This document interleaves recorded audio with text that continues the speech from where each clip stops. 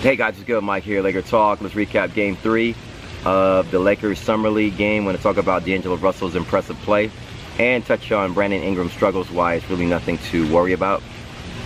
I'm out here in Orlando, Florida, vacationing with the family, my wife and 2 kids, staying at the Disney Contemporary Resort.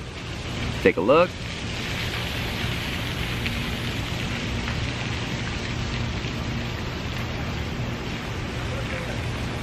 I'm out here in the morning just trying to get trying to find a little shady spot to vlog.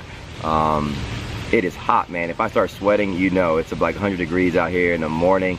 Humidity is crazy. My first time out here in Disney World, I knew it was hot, but this is crazy hot, like with the humidity.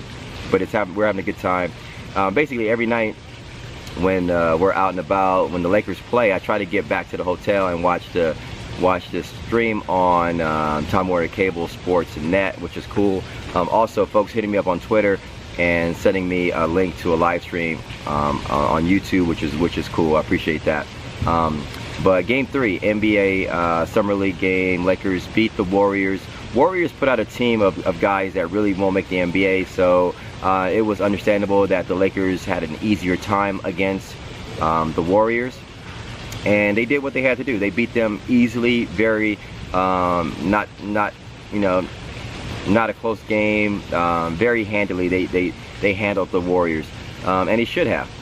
And what was really impressive was D'Angelo Russell's, like Stephen Curry play of late. I mean, D'Angelo Russell, this is the perfect storm because he needed to do this for himself. We were waiting for this. And it's all coming about at the right time. He's getting now headlines on ESPN that he's in the running for MVP of the Summer League. Over the last few weeks we were talking about, or last few months we were talking about the disrespect that he was getting from the media, and all the stuff that went on last year and all the stuff that we knew of D'Angelo. He needed to do this for himself. He needed to put in the work, and he really needed to come out and show a display of superstar skill, and where he can pretty much shut everybody up. Last year when the video incident happened, one of the things I did talk about was this is probably one of the best things for him and the best things for us as Laker fans, because the only way for him to overcome the stigma of him being this immature person and what he did with the video incident with Nick Young is to really put his head down, stay in the gym, and just ball out. And we hear all this stuff about people putting in work in the offseason, but D'Angelo really did put in the work. We saw it, and you can see it in his play, his physical. He looks like he's 6'8".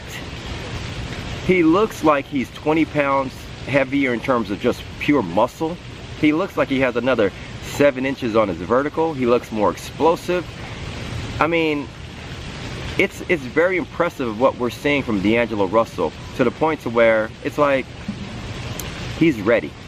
He's ready to take this display, in my opinion, onto the season and show the world that, you know, he's ready. He's ready to be that superstar. He sees Devin Booker getting off. He was handcuffed last year by Byron Scott, and with the video incident at the end of the year, which messed him up, the best thing for him to do was to put his head down and ball out, and that's what he's doing. He's hitting nothing but net on his jumper. He's showing his range. He can post up guards. He has a mid-range game. I love when he comes off the pick and put the guard on his hip. That's an NBA veteran move right there, to create space. He got the step back. He's feeling hot. He's hitting multiple shots. He's doing heat checks. He's got the Mamba-like thing going. He's got the Stephen Curry thing going. I mean, it's amazing. And we needed this. We needed to see this from D'Angelo Russell. Even though it's taken away some shine from Brandon Ingram, it's okay. D'Angelo needed this for himself, and the Laker fans needed this from D'Angelo. Okay, because in the end, D'Angelo Russell is the guy. He's the leader of our team, and he needs to do this. Brandon Ingram's is a complementary player mindset. You can see that last year at Duke. He didn't lead Duke as a freshman. Grayson Allen was the leader of that team as a sophomore. And so he let Grayson Allen sort of take some of that leadership role, but he played a really nice complementary game. And that's what you're going to see from Brandon Ingram, especially the first year. And right now, you can see that he has to get in NBA shape. It's going to take a while. It's going to take some months. It's going to, he's a puppy. He's 18 years old. He's very light. And in Summer League, I think you get 10 fouls. Every player get up to 10 fouls. And so what's happening is they're going at him. They're putting bodies on him and not afraid to really cause fouls, because you really aren't going to get thrown out of games. In an NBA game, guys don't get in your shorts that much because they don't want to risk getting into foul trouble and getting out of their game. So the spacing is a little bit better in an NBA setting, a real NBA game setting. And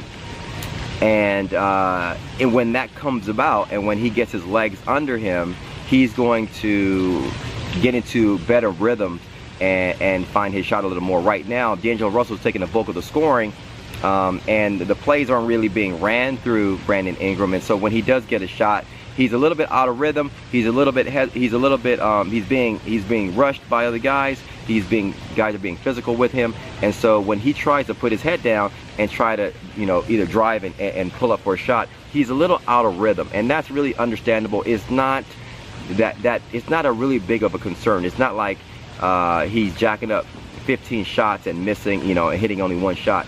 He's not getting that many plays ran through him, and he's a little out of rhythm, and it's totally understandable. I think what's going to happen is Brandon Ingram, as the season goes on, Luol Deng will definitely start over him.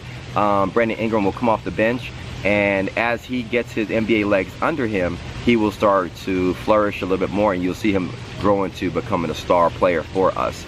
And so there's really nothing that I'm worried about there with D'Angelo Russell. I mean, with Brandon Ingram. But I think right now what we're seeing from D'Angelo Russell is very impressive. Now, people will say that he's not passing the, well, people will say that we're trying to learn this Luke Walton system, and we want ball movement and things like that.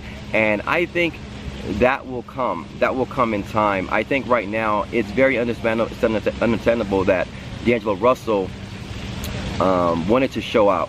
And I think the only way for him to show out was not to put up, 10 points and 10 assists, is to really put up 30, and drop it with ease. And that's what he did yesterday. He could have got 39, 40 points in the flow of the game yesterday. He shot 9 of 13. What is that, over 70%, something like that, or whatever it is. Very impressive. I mean, very efficient with the jump shots. You can see when he wanted to get a shot off, it was like, I could tell Steve Kerr was like, oh, you guys got a little Steph Curry in you, because Steve Kerr was there watching the games with Luke Walton.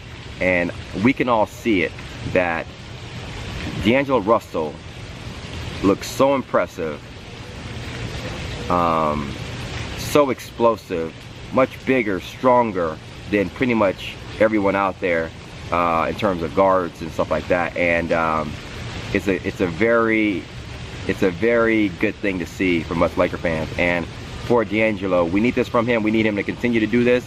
And as time goes on, when the Lakers learn the system and become more familiar with passing and getting everyone else involved, that part will come. And we know that D'Angelo Russell has that skill to get his teammates involved, and I think we will learn that. He will learn that as time goes on. But I expect D'Angelo Russell to be more of a scorer than passer, in my opinion. And for another video, I don't mind that per se, okay? I want him to be the Kobe Bryant. I want him to be the Kevin Durant of our team. I want him to be the guy to drop 39 points. I don't want him to be, this Rondo guy. I want him to be the scorer. And I like that of what we're seeing in D'Angelo Russell. Anyway, that's my thoughts. And in another video, I'm going to talk about the very skills and level of play that we're seeing from D'Angelo Russell is the reason why I will not trade him for Russell Westbrook.